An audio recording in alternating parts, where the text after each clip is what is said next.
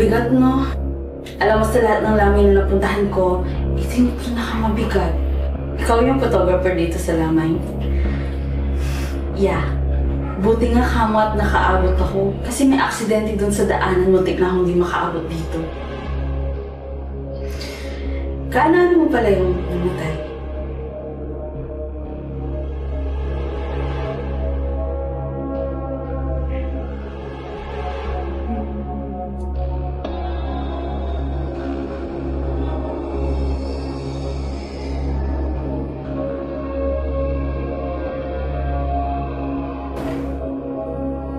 Bakit di mo lapitan yung patay? Mamaya yun sa huli lalapitan ko yan. Pero for now, sa mga ano mo na bisita.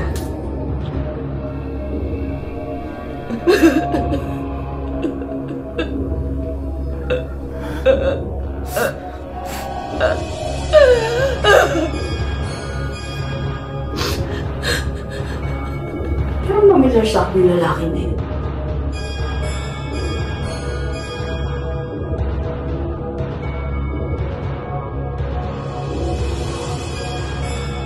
Kawawa yung bata.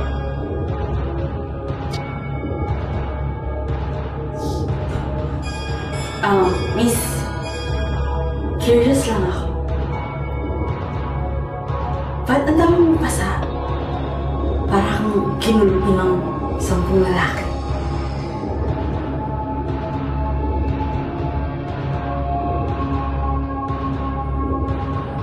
Bakit di mo kinukuhanan ng larawan yung patay? Sabi ko naman sa'yo, mamaya ko titingnan niya. Alam mo, sa totoo lang may trauma ako sa pagtingin sa mga patay. Kaya bago nila isara, doon ko siya kinukunan.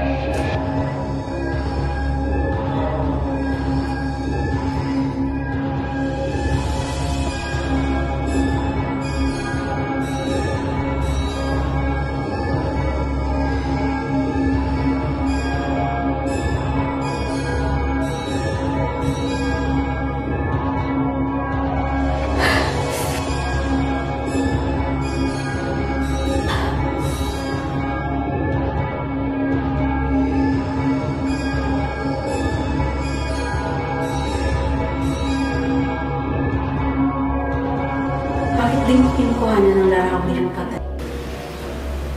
Tingnan ko na nga. Baka matrauma dahil trabaho mo to, okay?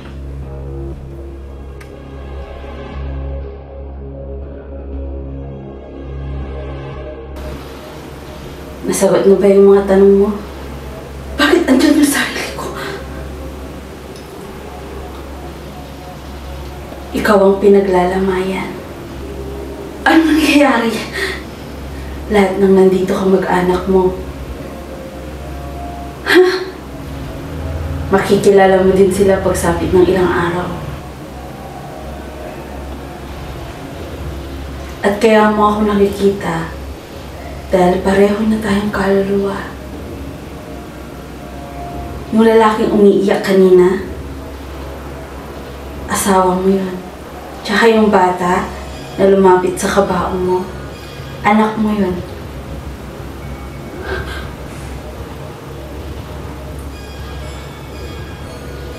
Nalulungkot ako para sa'yo, pero kailangan mong malaman ng totoo. Ikaw yung nasa aksidente kanina, at nangyari yun, 3 araw na ang nakalilipas.